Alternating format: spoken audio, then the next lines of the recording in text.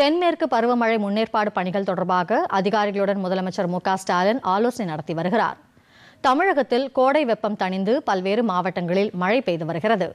சென்னையில் நேற்று இரவு முதல் பரவலாக மழை பெய்து வருகிறது.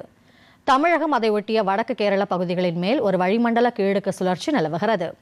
இதன் காரணமாக நீலகிரி, கோவை, திருப்பூர், தேனி, திண்டுக்கல், ஈரோடு, கிருஷ்ணகிரி மற்றும் தருமபுரி மாவட்டங்களில் இன்று கனமழைக்கு வாய்ப்பு இருப்பதாக வானிலை ஆய்வு மையம் தெரிவித்துள்ளது. இதற்கிடையில் தென்மேற்கு பருவமழை வழக்கமாக ஜூன் மாதம் தொடங்கும். தமிழகத்தில் தென்மேற்கு பருவமழை முன்கூட்டியே தொடங்கும் என்று எதிர்பார்க்கப்படுகிறது. மேலும் தென்மேற்கு பருவமழை இந்த ஆண்டு இயல்பை விட அதிகமாக பெய்யும் என்றும் கணிக்கப்பட்டுள்ளது. இந்நிலையில் தென்மேற்கு பருவமழை முன்னேற்பாடுகள் பணிகள் குறித்து முதலமைச்சர் மு.க.ஸ்டாலின் அதிகாரிகளுடன் ஆலோசனை நடத்துகிறார். அப்போது பேரிடர் மீட்புக் குழுக்களை தயார் நிலையில் வைத்திருக்க முதலமைச்சர் அறிவுறுத்தினார். கடந்த 4 ஆண்டுகளில் பேரிடர்களை சிறப்பாக கையாண்டதாக கூறிய முதலமைச்சர் பேரிடர் கால கருவிகள், உணவு உள்ளிட்டவற்றை தயார் நிலையில் வைத்திருக்கவும் உத்தரவிட்டார்.